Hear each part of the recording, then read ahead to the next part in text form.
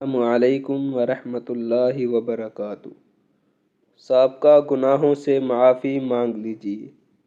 ہم اس وقت ماہ رمضان سے مستفید نہیں ہو سکتے جب تک گناہوں کو کلی طور پر چھوڑ نہیں دیتے، لیکن یہ بہت بڑا لمحہ ہے کہ ماہ رمضان میں نیکیوں پہ نیکیاں کیے جاتے ہیں مگر اپنے گناہوں سے بالکل بھی باز نہیں آتے۔